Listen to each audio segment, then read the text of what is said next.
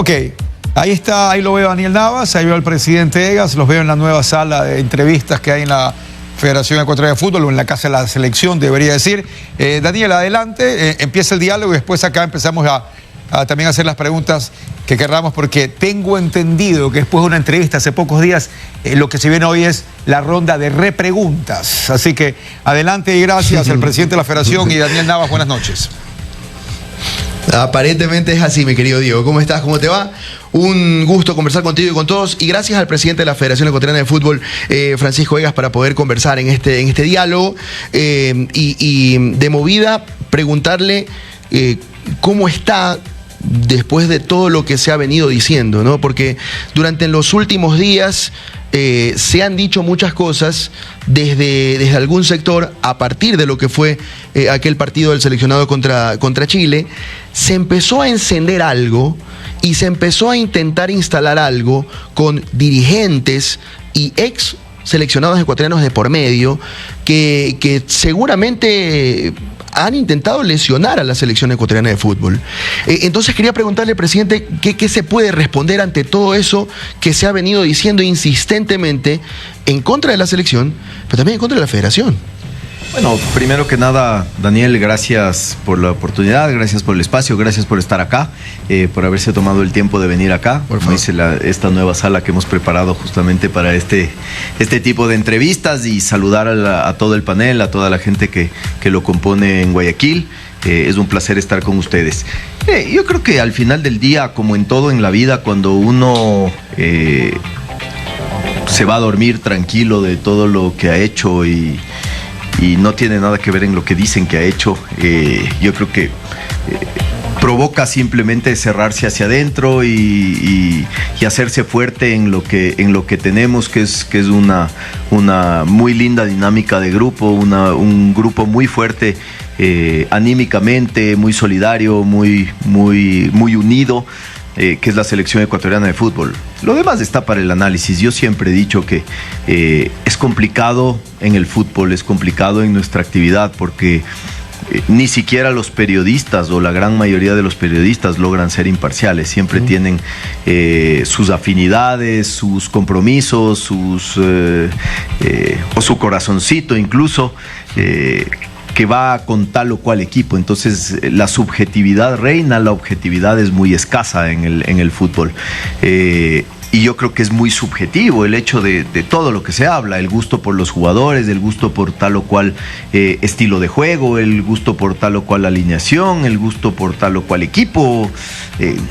Todo eso es tremendamente subjetivo, y yo se lo decía a Diego en la entrevista anterior. Le digo, porque si no, primero ahorraríamos un montón de plata sin tener un seleccionador. Segundo, sería mucho más fácil, porque pondríamos una encuesta en Twitter, y los 26 que salgan primeros, entonces esos los convocamos y damos gusto a todo el mundo. Seguramente nos dirían ahí alguna otra de barbaridades, ¿no?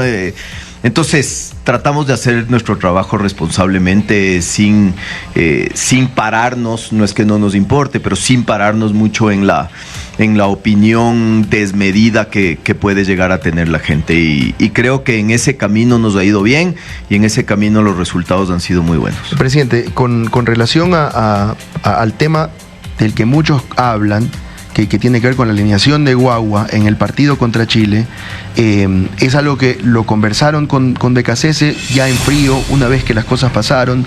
Le pudo haber dado sus razones. Considera a lo mejor de que es un aspecto perfectible, o sea, que se pudiera mejorar de cara al futuro. A ver, yo puedo tener mi criterio, pero mi criterio importa poco. Y tiene que importar poco, porque si importaría más que el criterio del técnico, entonces otra vez, ¿para qué tengo un técnico? Yo puedo conversar con el técnico, preguntar, averiguar sobre una u otra decisión, y cuando lo he hecho, las respuestas para mí han sido satisfactorias. El problema es que yo quizás evalúo con el 80% de la información. Usted capaz de evalúa con el 40%, y los hinchas capaz de evalúan con el 20% de la información.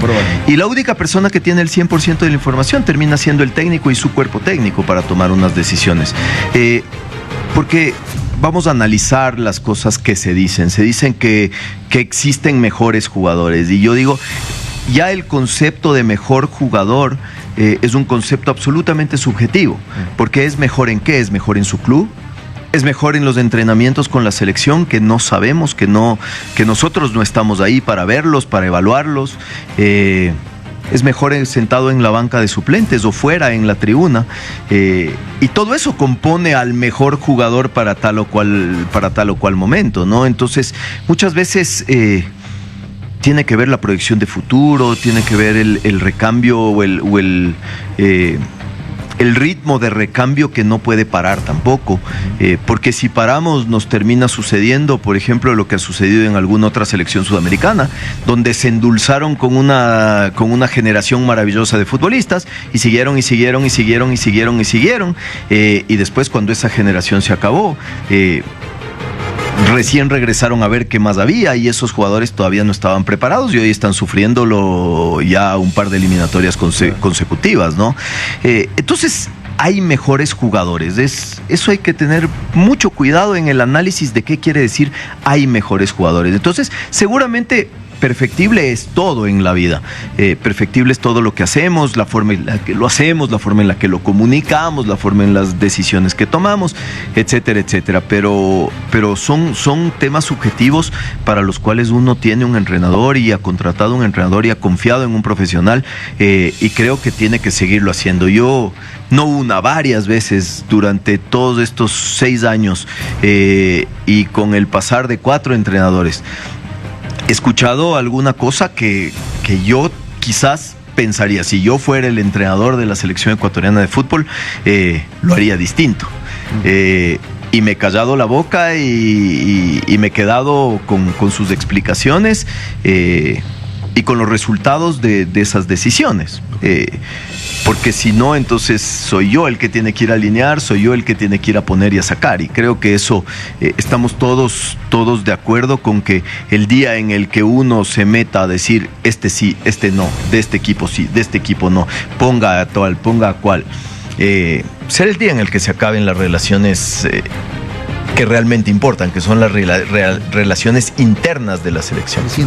Antes, para darle el paso también a Diego y a los compañeros que están en el piso, interpreto por su respuesta de que es política entonces de la selección el que se dé espacio dentro de convocatorias, ya sea como sparrings o como invitados, a futbolistas jóvenes, y que eso es algo que probablemente se vaya a mantener. Entiendo de que en ese sentido las invitaciones y los sparrings del seleccionado ecuatoriano para sus partidos eliminatorios van a continuar teniendo como prioridad el espacio de los jóvenes. Mire, si tendríamos un cuerpo técnico que no trabaje con las inferiores, que no trabaje con la 17, que no trabaje con los técnicos de la 17, que no trabaje con la 20, que no trabaje con el técnico de la 20, que simplemente se dedique a convocar y a trabajar sus propios microciclos, y lo haga con la gente solo de experiencia, con los que ya sobrepasan los 30 años y etcétera, etcétera, estaríamos criticándolo a rabiar por decir que para eso no lo contratamos, que necesitamos un técnico que se involucre en el proceso, que tenemos buenos jugadores abajo, que ni los ve, que no los va a ver, que nunca está pendiente de ellos, etcétera, etcétera. Entonces, al final, como dicen comúnmente, no hay bitoque que nos acomode, ¿no? Yo creo que Ecuador se ha hecho fuerte en el fútbol sudamericano otra vez, y digo otra vez porque hubo buenas selecciones anteriores que fueron muy fuertes en las eliminatorias, y no hay que quitarles mérito, pero esta vez, en este proceso, o por lo menos bajo mi administración, Ecuador se ha hecho muy fuerte, confiando en la gente joven, dándole oportunidad a la gente joven, dándole espacio a la gente joven, seguramente algunas veces acertando, otras equivocándonos, pero teniendo por política el mirar siempre hacia abajo y el pedir que nuestros cuerpos técnicos se involucren muchísimo con las divisiones inferiores. Entonces, este tema de los sparrings está trillado porque suena a una excusa para traer jugadores de acá, pero lo cierto es que nuestro cuerpo técnico trabaja con esos chicos una semana antes de la fecha FIFA permanentemente, y a medida que se van incorporando los jugadores que empiezan a llegar un viernes y terminan de llegar un lunes o un martes, eso le permite a él, ya con un grupo de jugadores que ha entendido lo que quiere, empezar a trabajar el fútbol con los que se van incorporando, ¿no? Y poder hacer entrenamientos completos con esos chicos. Y el tema de invitados, obedece simplemente a una estructura económica de premios que tenemos dentro de la selección, que le hemos pedido al técnico que si es que él quiere ver otros jugadores y tenerlos acá y mirarlos y estar cerca de ellos, no pueden, o sea, no sean convocados, porque al final del día los convocados tienen una estructura de premios y un arreglo de premios que ya lo tenemos definido. Entonces de ahí sale el concepto de sparring y el concepto de invitado. Ahora, todos esos son jugadores que trabajan con el cuerpo técnico de la mayor, y eso no quita que en 3, 4, 5 o 7 o 10 días de entrenamiento alguno de esos jugadores deslumbre al técnico, o pueda ser reemplazante de algún jugador que se lesiona, de algún jugador que no está, que físicamente no llegó bien, que tuvo alguna molestia, que no pudo entrenar, etcétera, etcétera. Por eso le digo yo, juzgar con información parcial y emitir verdades absolutas como las que se emiten a la luz de lo poco que se conoce de la interna y de lo poco que se puede conocer de la interna, porque esa información que ustedes quieren tener y la buscan por todos lados y se informan de fuentes que muchas veces además no tienen la información, pero los guían de una forma no muy ortodoxa en la información. Esa información no la tienen, no la pueden tener y no la van a tener porque es propia del cuerpo técnico, propia de la dinámica interna, propia del grupo, propia de los códigos que se respetan en el fútbol, etcétera, etcétera. Entonces, Daniel, no sé si me hago entender. Yo puedo defender conceptos, más no decisiones. No me voy a meter ni a defender ni a acusar decisiones, pero los conceptos sí los defiendo porque los tenemos claros y los respetamos a rajatabla aquí. Perfecto. Diego, voy contigo y también con el resto de compañeros para que le puedan plantear sus preguntas al presidente de la Federación Ecuatoriana de Fútbol, Francisco Egas. Gracias, Daniel, y gracias al presidente. No quiero decir que parto con algún tipo de ventaja acá por el hecho de que hace menos de una semana conversamos algo ya y tengo algo acá como para poder repreguntar y voy a ser muy sincero en cuanto a las preguntas que voy a hacer hoy, que han sido conjuntas, que han venido con ayuda y gente que me dijo, ¿qué te dijo sobre esto o por qué no hablaron sobre lo de acá? Y dije, bueno, vale la pena y lo aprovecho. La primera, señor presidente, usted habló de un microciclo que se lo va a realizar. ¿Ese microciclo estaba ya pensado desde hace algún tiempo o partió después de todo este escenario que conocemos? Porque una reflexión de muchos se la está haciendo como para quedar bien por lo que pasó. ¿Desde cuándo estaba pensado ese microciclo? Mire, yo creo que en la cabeza del cuerpo técnico estaba ya varias semanas antes. A mí me lo comunicaron en el camerino porque Sebastián se tomó unos días de descanso después de la fecha FIFA. Me lo comunicó antes de salir a Argentina en el camerino después del partido con Chile. Entonces no había ni siquiera reventado este problema, que ya teníamos una lista de jugadores. Hoy estamos esperando respuestas de los clubes, de sus clubes.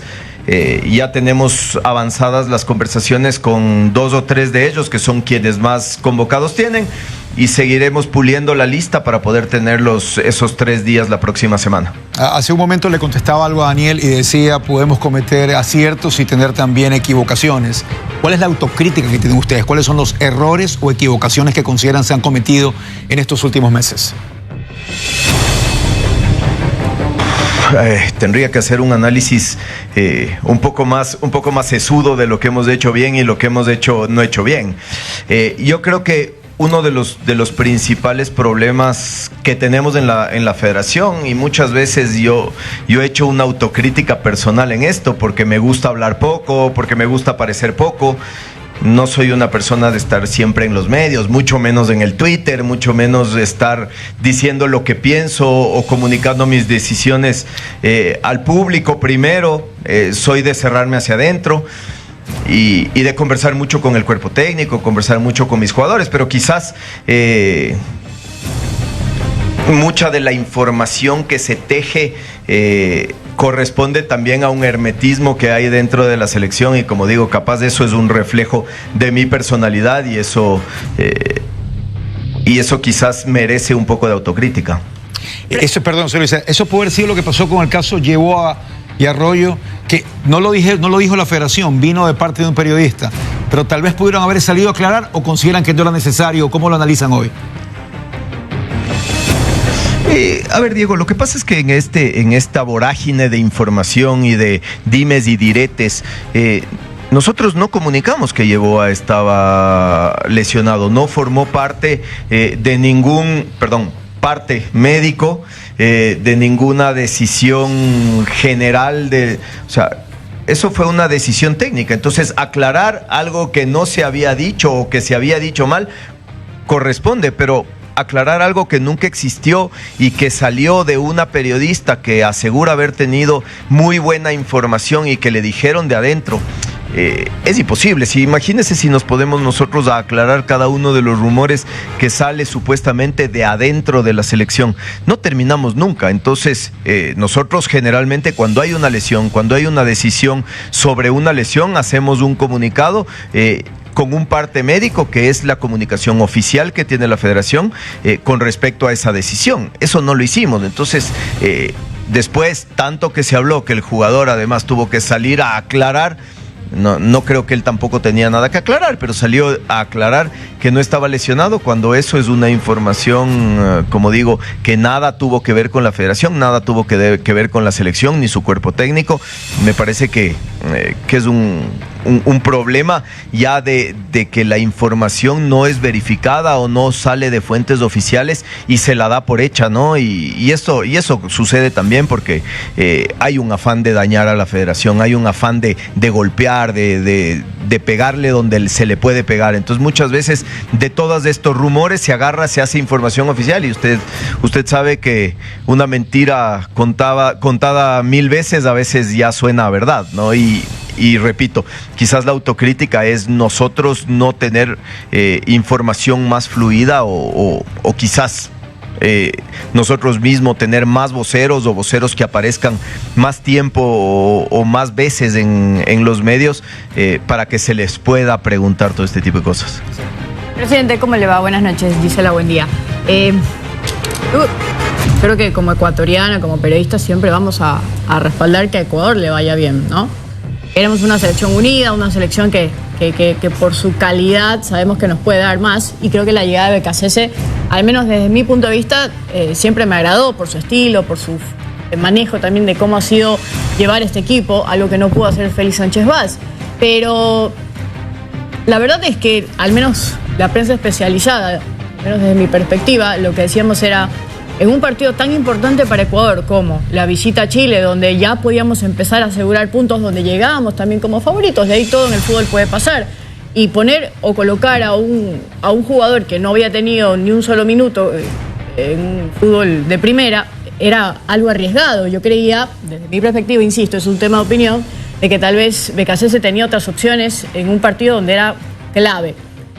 Eso es simplemente para complementar lo que usted, o cómo inició la entrevista. Mi pregunta es, ¿no cree usted que esta decisión del profe Becasese de elegir, más allá tenga o no razón, generó inestabilidad? Tal vez no en el equipo, pero sí esa aceptación con la que venía ganándose el entrenador, el público en general, la prensa, en cuanto a este tema de decisiones, donde a veces no sé si es la experiencia de estar dirigiendo por primera vez una selección, el de tener tanto talento y saber cuándo sí, cuándo no. A ver, Gisela, otra vez yo le digo lo mismo, ¿no? Había mejores opciones. Usted me dice había mejores opciones. Y yo le vuelvo a preguntar, ¿mejores opciones de acuerdo con quién? ¿Con la prensa especializada? ¿Con la hinchada? ¿Con los aficionados del fútbol que no ven si esas opciones rindieron mejor, peor durante los entrenamientos en casa de la selección? ¿Cumplieron con lo que el cuerpo técnico les pide? ¿No cumplieron con lo que el cuerpo técnico les pide? Y ojo, que yo no me estoy refiriendo a ningún jugador en particular, por eso digo, yo trato de defender conceptos, y el concepto que defiendo es justamente la potestad que tiene el entrenador para decidir por sí mismo quién es el que mejor interpreta lo que él quiere en la cancha. Después, lo que nos pueda parecer a nosotros, seguramente además agarramos el periódico del lunes y con el periódico del lunes o fortalecemos nuestro criterio o mejor nos callamos la boca hasta la siguiente decisión criticable que tenga el entrenador. Entonces, otra vez repito lo que dije, el mejor jugador a veces no es el que más el que más rápido es o el que dribla, sino el que puede ocupar su espacio dentro del grupo y aportar desde su espacio dentro del grupo, porque muchos de estos jugadores no terminan viendo un minuto en una de estas fechas FIFA, ¿no? Esa es la particularidad de una selección, que tiene pocos partidos, muy de vez en cuando, que cuenta con 26, 28, 30 jugadores convocados, pero 13, 14 o 15 son los que juegan. Entonces, el concepto de mejores opciones, seguramente hay que dejarle al entrenador para que él decida cuál es la mejor opción. Es como si mañana a usted le dicen, pínteme un cuadro lindo, y usted es un artista y usted es la mejor calificada para pintar ese cuadro, y le empiezan a decir, bueno, pero con esta brocha no, con este color no, en ese lienzo no, con ese marco no. Le va a decir, bueno, déjeme a mí hacer el cuadro para ver si me queda lindo, y después usted vea si me compra o no me compra el cuadro y decide usted si es lindo. Pero si usted me dice con qué brocha y con qué color y de qué manera tengo que pintarlo, ya deja de ser mi cuadro y pasa a ser el cuadro ya no sé de quién, ¿no? Entonces, hasta cierto punto yo sigo defendiendo, más allá de que a ustedes y a la hinchada y a cualquiera le haya podido parecer arriesgado, le haya podido parecer inusual, como me decía Diego, están en todo su derecho de calificar una decisión. Lo que yo estoy en completo desacuerdo es con todo lo que se teje alrededor de eso y se empieza a configurar historias y leyendas urbanas y etcétera, que no tienen nada que ver. Y no se lo ha hecho ahora, se lo hizo en su momento con Kendry, se lo hizo en su momento con Kevin Rodríguez, se lo hizo en su momento con Moisés Caicedo, se lo hizo en su momento con William Pacho, con mayor o menor intensidad. Alguno le oía el tecnicismo, decía, sí, pero ellos sí jugaron. El uno jugó 7 partidos en primera y este chico no jugó ninguno. De todas maneras, en ese momento parecía apresuradísimo poner un chico con 7 o con 9 o con 12 partidos en primera en la selección para visitar a Argentina en un partido importantísimo. Como salió muy bien, ahora ya no se habla de esos temas, ¿no? Hoy ese chico que tuvo esa oportunidad, hoy es uno de los mejores volantes del fútbol mundial. Pero habría que ver qué hubiera pasado si ese partido no salía tan bien, qué hubiéramos dicho. Y seguramente gracias a esas oportunidades y gracias a esa decisión arriesgada que tomó Gustavo Alfaro en su momento, hoy disfrutamos de uno de los mejores jugadores del mundo en la selección ecuatoriana. Así que eso de acomodar el discurso, para unos casos sí, para otros no, y claro, con los tecnicismos del caso, termina siendo una conversación que está bien que se la tenga en un bar, entre amigos, entre hinchas, pero que creo que ya cuando se involucran dirigentes, cuando se involucran los periodistas de este país, hay que elevar un poco el nivel de discusión y un poco también entender de qué estamos hablando y entender que primero no se cuenta con toda la información y segundo, existe un entrenador y ese entrenador está para eso. Medio, Daniel también se lo preguntaba al inicio de la entrevista al presidente, pero sacaron algunas conclusiones después de esta doble fecha, más que todo con este tema, porque no se apunta al chico específicamente, se apunta a la decisión del entrenador, va más para allá. Yo creo que hoy el ecuatoriano en general, o al menos la prensa, no ataca al muchacho porque no es el responsable, es simplemente una decisión del entrenador. Pero ¿qué piensa Becasese de todo esto? O sea, ¿cree que va a tener libertad absoluta todavía de poder, por ejemplo, volver a hacer algo así? De tal vez ver un jugador que todavía no ha debutado, pero que cree que tiene la calidad para ya debutar en selección. Mire, yo creo que, a ver, otra vez digo, si nosotros nos sentamos ahora a coartarle las libertades al entrenador, mejor terminemos ahí el tema y pasémonos a otra cosa. Es decir, si ahora vamos a decir, no vuelvas a hacer esto, no vuelvas a hacer lo otro, no vuelvas a poner esto, no vuelvas a poner de este equipo, no vuelvas a poner de 17 años, no vuelvas... Vamos a destruir lo que se está construyendo. Yo no creo que exista una persona que a ciencia cierta pueda decir que si es que tal o cual jugador no jugaba el partido con Chile y jugaba tal o cual otro jugador, nosotros le hubiéramos ganado a Chile y estuviéramos en una mejor posición que lo que estamos. Jugamos un primer tiempo flojo en Chile. Los de experiencia, los de no experiencia, los más pintados, los menos pintados, todos jugaron un primer tiempo flojo en Chile, creo que por un tema de disposición táctica que falló. Se corrigió para el segundo tiempo y jugamos un mucho mejor segundo tiempo, mereciendo el punto que sacamos y quizás algo más si es que corríamos con un poquito de suerte, y eso no tuvo nada que ver con una alineación de tal o cual jugador. Pero como digo, es fácil agarrar el periódico del lunes y decir: perdimos 60 minutos con uno menos. Yo creo que perder 60 minutos con uno menos no tiene nada que ver con lo que vimos. Y no creo que puntualmente solo por ese jugador. Creo que en general los cambios también hicieron que Ecuador se vea mejor. Presidente, algo corto. El partido contra Brasil, ¿al final se definió la localía? No, todavía estamos trabajando en eso. Como les dije anteriormente, esta es una potestad que se le hemos dado 100% al cuerpo técnico. Está analizando sus opciones. Entiendo que con su cuerpo técnico completo, con su grupo de jugadores, nosotros lo que hemos dicho siempre, ¿no? Cualquier ciudad, cualquier estadio del país está a disposición para que la selección pueda ser de local ahí. La decisión hoy obedece sobre todo a lo técnico, porque creemos que más allá de cualquier decisión económica, logística, debe primar lo deportivo, pues estamos a las puertas de conseguir una clasificación a un mundial. Presidente, ¿cómo le va? Muy buenas noches, abrazo enorme. Bien, mi pregunta Esteban, buenas noches, un gusto saludarle. En base yo recuerdo una vez, el 21 de tal mes, usted sale a mencionar que se le había pagado la deuda al Faro. Yo desconozco bien el tema profundamente, por eso le pregunto. Y el 24 resulta que la FIFA da una resolución donde si hay 30 días, si no paga, la federación podría estar expuesta a una sanción. Quisiera entender si está expuesta a una sanción o no la federación. Esteban, a ver, el tema es parte de un mismo fallo, no es que hay un fallo adicional ni que nosotros enviamos descargos para decir no debemos más y la FIFA nos dijo sí debe y paguen 30 días o si no le sancionamos. Es parte de un mismo fallo, lo que pasa es que el fallo tiene un componente de impuestos. Usted sabe que normalmente, y usted lo debe haber hecho cuando hacía sus contratos, sobre todo con los extranjeros se firma contratos netos de impuestos, y esto tiene su lógica en el sentido de que un extranjero no entiende mucho de la carga impositiva que hay en tal o cual país.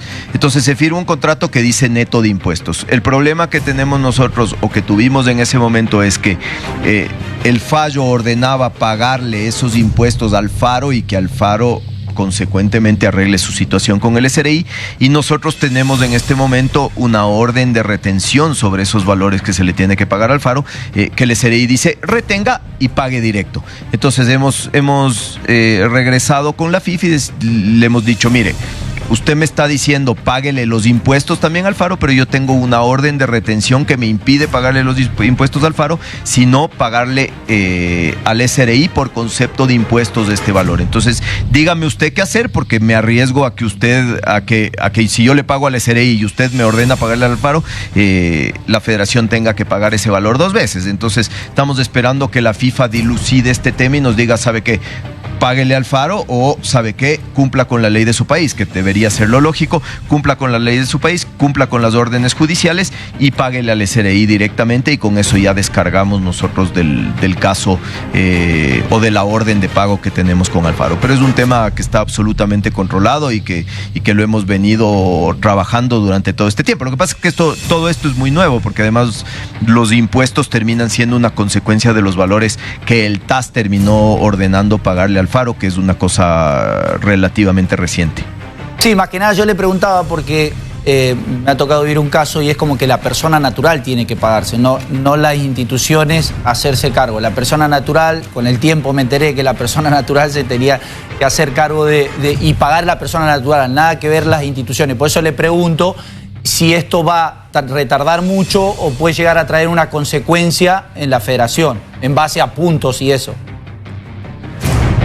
No, de ninguna manera. Nosotros esto lo tenemos monitoreado y controlado. Y es así como usted dice, es decir, normalmente es la persona quien arregla su impuesto a la renta, más allá de que haya firmado neto o no de impuestos, eso solo cambia los valores del contrato, pero al final cada uno, usted, yo y todos, hacemos nuestra declaración de impuestos al final del año fiscal, durante el mes de abril, la enviamos y según eso nos toca pagar nuestros impuestos. El tema es, como le decía, que aquí el SRI, por el tiempo que ha transcurrido, tiene una orden o envió a la Federación una orden judicial de retención de esos valores y ahí es donde nosotros nos quedamos sin saber qué hacer. De todas maneras, nosotros esos valores los tenemos ya provisionados, los tenemos en una cuenta, como siempre, como tuvimos todos los valores de Alfaro ya desde hace algún tiempo, y lo único que esperamos es una indicación. Le hemos dicho a la FIFA, mire, nuestro país o las leyes de nuestro país o las instituciones de nuestro país nos está diciendo, no es que nosotros tenemos que darle pagando los impuestos a Alfaro, Esteban, sino que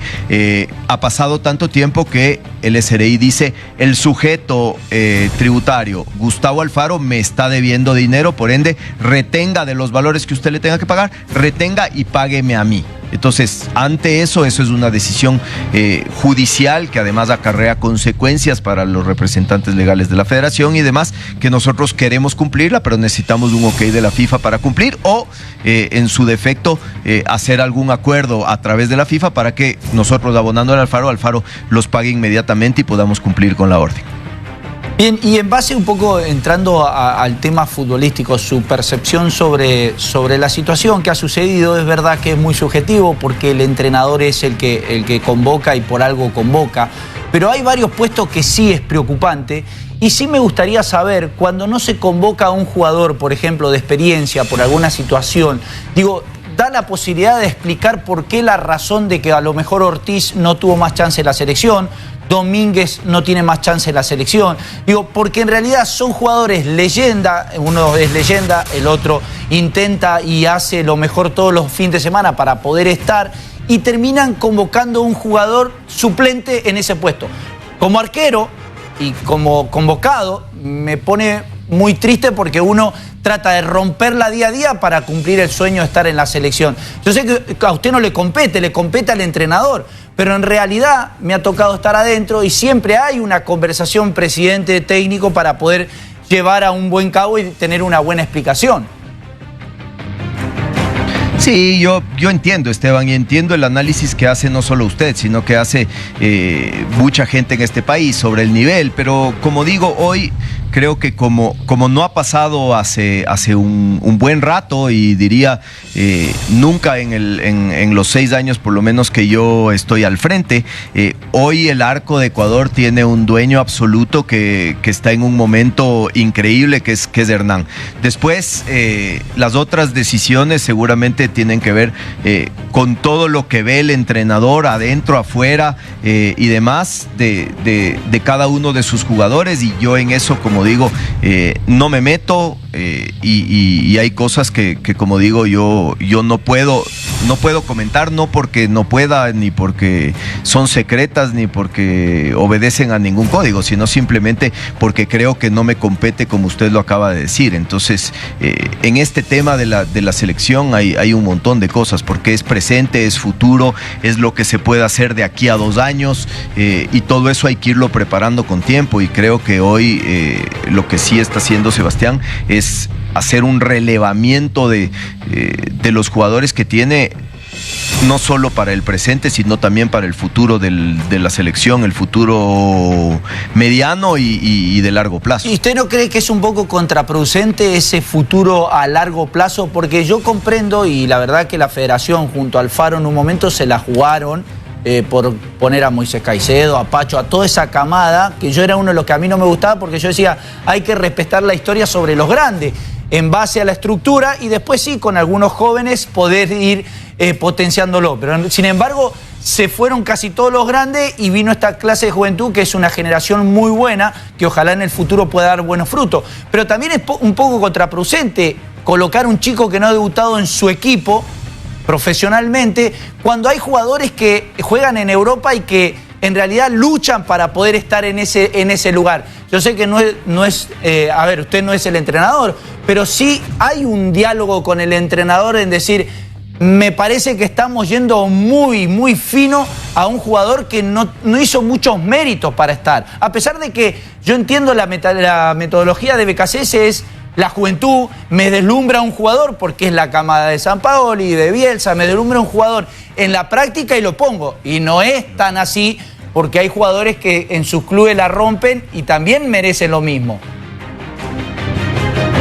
Sí, como usted bien dice, eso yo no lo puedo comentar, no me corresponde. Seguramente lo que sí le puedo decir es que en el momento cuando he tenido que no decir pedir explicaciones, pero en esa conversación que usted dice que se puede tener con el entrenador, las explicaciones del entrenador han sido 100% satisfactorias siempre. Entonces, eso le deja a usted ya un poco la sensación de que hay cosas que uno las ve, hay otras que quizás las ve solo el entrenador y que tienen que ver con lo que se hace acá, casa adentro también. Abogado. Presidente, ¿cómo le vamos? Presidente Egas, un placer enorme tenerlo por acá. Vamos profundo y al hueso, directo. Cuando se dio el caso Factor, no voy a decir caso, porque entra en el plano judicial, pero Factor Guagua, acá especialmente en Guayaquil le saltaron algunos candidatos, especialmente un candidato que, como usted, tiene ciertas emociones que se mueven por dentro, en que ha sido su legítimo contradictor muchas veces, en otras nuevamente han tendido puentes, y hasta presentaron un proyecto de entrenador, que hablo del profesor Almada. En ese momento, ¿qué sintió usted? ¿Que le pateaban desde el túnel o qué? Yo creo que se hace política de una manera de la que no se tiene que hacer. Es populismo puro, ¿no? Es soltar un nombre que saben que sobre todo el barcelonismo va a aplaudir, a rabiar y decir, bueno, ya estamos, ahora sí, Almada, y entonces de esto tienen que ser. Y yo creo que es venderle humo a la gente, es tratarle a la gente de encaminar y de ir construyendo un relato en base a ese populismo, y creo que no le hace bien a nadie, ¿no? Hoy la selección ecuatoriana de fútbol es segunda en la clasificación, a pesar de haber perdido 3 puntos. Deberíamos estar 3 puntos por debajo de Argentina, 4 por encima de Uruguay y Brasil, me parece que 5 por encima de Colombia. Creo que hablamos de una campaña maravillosa donde además colaboraron no solo Sebastián, sino también Félix Sánchez Vaz y su cuerpo técnico, que fue quien inició esta convocatoria. Los méritos son muchos y sobre todo son de un plantel maravilloso de jugadores que tenemos, de un grupo que se ha sabido hacer fuerte, que se ha sabido unir, se ha sabido ser solidario en los momentos delicados. Fíjese cuántas veces me lo retiraban ya Ener Valencia y en algún momento llegaron a tocar hondo en él y hacerle dudar a él si no tenía que irse ya de la selección. Hoy estamos aplaudiendo los goles de Ener Valencia y gozando de un sitio en la clasificación donde él ha sido una pieza fundamental. Así que si nosotros adentro de la selección no somos un poco más cerebrales que lo que son ustedes hacia afuera, seguramente estaríamos perdidos. Entonces, fíjese que Félix, siendo de otra cultura y siendo quizás teniendo una personalidad un poco más permeable que lo que han sido otros entrenadores, se terminó yendo del Ecuador con una sensación de que era un país donde era muy difícil vivir y trabajar. Y así es como nos estamos mostrando después de todo esto, ¿no? Si usted pregunta afuera, todo el mundo le va a decir, oigan, ¿qué se están quejando? Vean dónde están, vean la campaña que están haciendo. ¿Qué importa si se la hace con jugadores de 36, de 26 o de 16? Si al final lo que importa es el resultado y al final lo que importa es dónde va la selección y el futuro que puede tener esa selección. Y nosotros sabemos que el análisis de ese lado tampoco es tan simple, pero creo que tenemos que ser mucho más analíticos y mucho menos viscerales, no en nuestro análisis de tal o cual decisión, sino en las conclusiones que sacamos y en las conclusiones que nos llevan a sacar con un relato que esté instalado. Muy bien, usted es de la vieja escuela. ¿Recuerda que en los Estados Unidos había un presidente que era Richard Nixon y estaba Henry Kissinger, que fue hasta premio Nobel? Y decían, el que gobierna es Kissinger. Kissinger es el hombre del poder, el otro, Nixon, aparenta. Acá dicen que Michel Deller es el verdadero presidente del Ecuatoriano de Fútbol y no Francisco Egas. ¿Qué opina usted de eso? A ver, Michel fue una persona valiosa en nuestra primera administración. Creo que es uno de los dirigentes más valiosos que ha tenido el fútbol ecuatoriano, quizás acompañado de Esteban Paz, por ahí de Rodrigo Paz sobre todo, en algún momento Isidro Romero también con Barcelona, y algunos otros que pueden escaparse de mi mente en el sentido de los logros que se han alcanzado, ¿no? Pero no podemos desconocer la enorme valía que ha tenido el proyecto del Independiente del Valle para el fútbol ecuatoriano, para las selecciones ecuatorianas de fútbol. Mire que hoy estamos hablando del Chico Guagua, pero si nos vamos a la alineación titular de la selección, o de los 24, 26 convocados que vienen a la selección, un gran porcentaje de ellos tuvo un pasado en el Independiente del Valle. Y hoy, y no estoy hablando de los chicos, estoy hablando de los incuestionables, de las figuras de la selección, de los que disfrutamos en Disney Plus todos los fines de semana, y aplaudimos y le vamos y soñamos con tener un autógrafo de ellos, ¿no? Entonces yo creo que el proyecto del Independiente del Valle ha sido un antes y un después en el fútbol ecuatoriano en cuanto a los paradigmas que se ha ido rompiendo. Se ha ido rompiendo eso de que el jugador ecuatoriano madura tarde, se ha ido rompiendo eso de que el jugador ecuatoriano no se adapta en ninguna cultura, y todo eso se lo ha hecho en base a inversión, en base a formación, en base a un trabajo visionario que los otros clubes no tuvieron en su momento, y a partir de eso han seguido otros clubes con muy buena visión. Creo que Liga ha hecho, por ejemplo, un muy buen trabajo en sus divisiones formativas, y hoy cuenta con jugadores dignos de exportar, de salir, de estar en las selecciones, de ser figuras de las selecciones, y atrás vienen seguramente los Aucas, los Universidad Católica, los Orense, esos proyectos que se basan en esa visión de futuro que se tiene que tener en un país como el nuestro. Entonces, Michel fue muy importante como acompañándonos en el directorio de la federación en el primer mandato.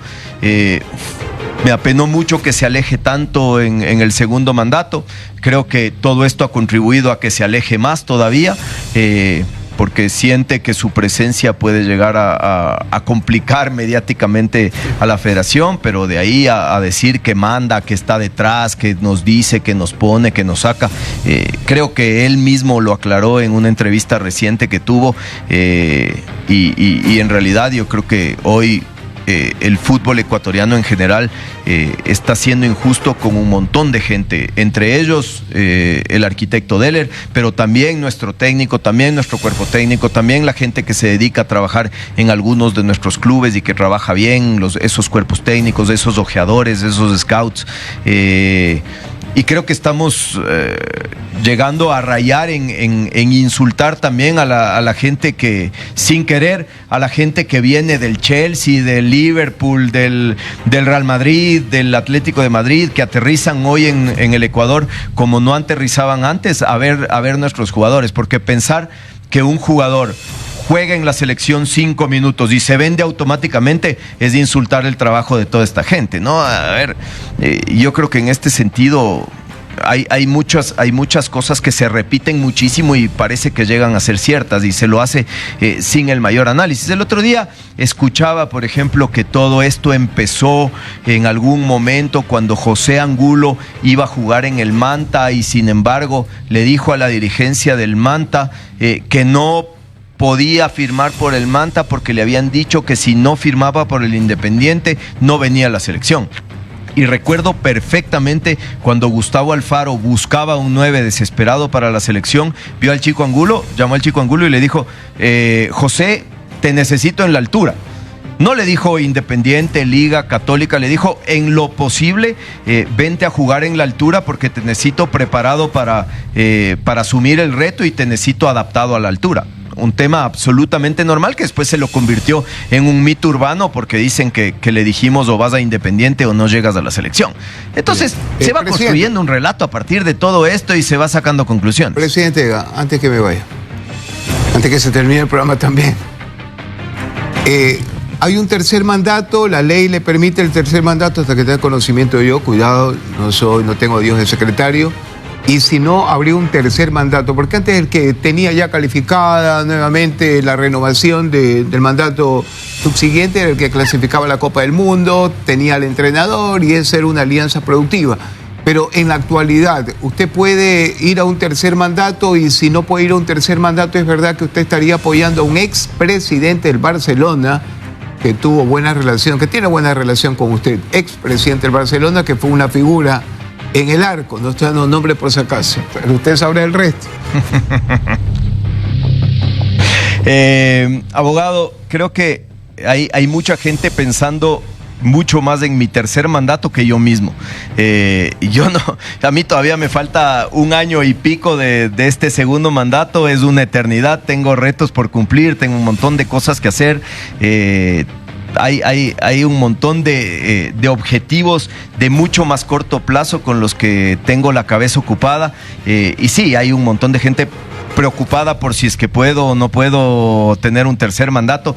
Yo lo que le digo es déjeles a ellos que se preocupen. En el momento veremos primero personalmente, familiarmente y después en esas leyes que están medio contrapuestas, las del fútbol y las de la ley del deporte y las pronunciamientos de procuradurías y demás están bastante contrapuestas. ¿Qué se puede hacer? A mí, yo no apoyo a nadie, no he conversado con nadie sobre este tema. En su momento pensaré qué es lo mejor hacer para mí, para mi familia, y si es que no se puede, pues veremos qué camino se puede tomar en la Federación Ecuatoriana de Fútbol, pero por ahora, como le digo, no apoyo a nadie, no he conversado con nadie y no he comprometido apoyo para nadie. Muy bien, Gisela. Agradecimiento al presidente de la Federación Ecuatoriana de Fútbol por todo el tiempo, por haber facilitado la sala también y por haber aceptado todo este diálogo que se nos ha llevado casi todo el programa. Muchísimas gracias, presidente. Buenas noches y gracias a Daniel también por coordinar todo y estar allá atento a todo esto aquí. Nos toca hacer una pausa. Ya volvemos.